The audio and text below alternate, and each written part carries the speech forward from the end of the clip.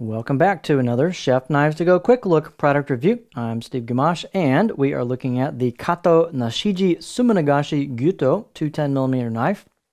So this is produced by Yoshimi Kato, who recently took over for his father.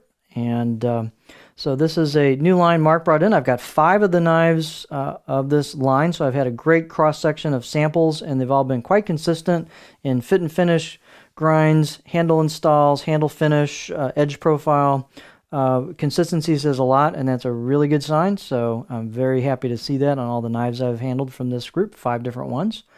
The steel on this line is a VG-10 full stainless steel. Heat treats around 61, maybe 62 Rockwell in the core steel. And you can kind of see, we've got a multi-layered soft stainless cladding on either side of that core steel for that sandwich, so you can really see that show up right there. And then the flats of the sides have what's called the Nashiji or pear skin, kind of a mottled finish. And what's cool about that is you've got some hammering marks and just a little bit of, evidence of the smith hammering this thing out. And so every knife's going to be a little bit unique and a lot of character. So it's a nice refined, like I like to call refined rustic character. Let's grab a quick beauty shot as long as we're at it.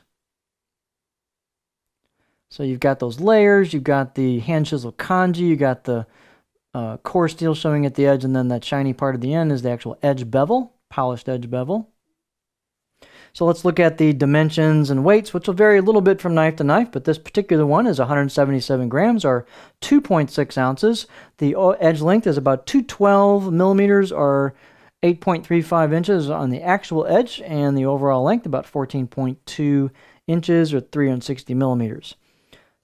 The spine thickness coming out of the handle, the top of the blade, is about 3.1 millimeters on this one.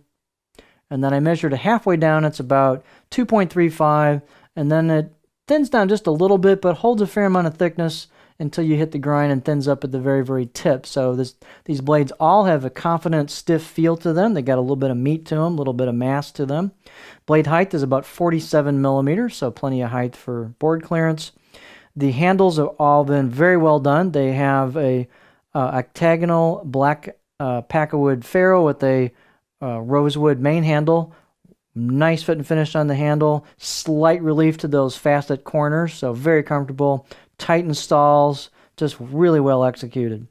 This has a kind of a shallow curve on it for the choil, so you've got lots of room here for a pinch grip. And since the neck isn't too wide, you got loads and loads of board clearance here, even with bigger fingers or bigger hands. Balance point, as long as we're right here for that, let's take a look, is about right there. So for me, it's really close to my pinch grip. So I've got kind of a neutral, nimble feel, yet we got a little mass to this blade, so it's got a little bit of chopping power. Handle circumference is about 3 inches or 76 millimeters where the ferrule and the main wood meet. Pretty standard size for this type of knife. What's the fit and finish like? Really pretty good. The overall finish has been very consistent on all these blades. You've got your hand chisel kanji, which you can run your finger across that and see. You've got just a touch of relief to the corners on the spine.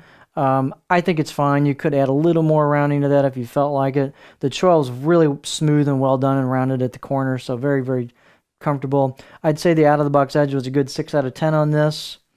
And again, nice clean grinds, stiff blade, beautifully done handle. The consistency on all 5 of these knives have been the profile, which basically goes back into a stop at the heel and then a flattish section at the heel. So as we get to the longer blade, your flat spot is longer, of course. So we flow into a stop, but it's not like a jam, super abrupt slam into the heel. It does flow nicely into that stop. So even if you like to rock a little, it's not going to like jar you, but it definitely doesn't have any back belly to it. So you've got a nice flat section for chopping. Although you got some belly towards the tip, I can get right in there, which is plenty high for rocking over almost any kind of standard size stuff. So this blade really has a pretty good, very versatile profile given what they do with it.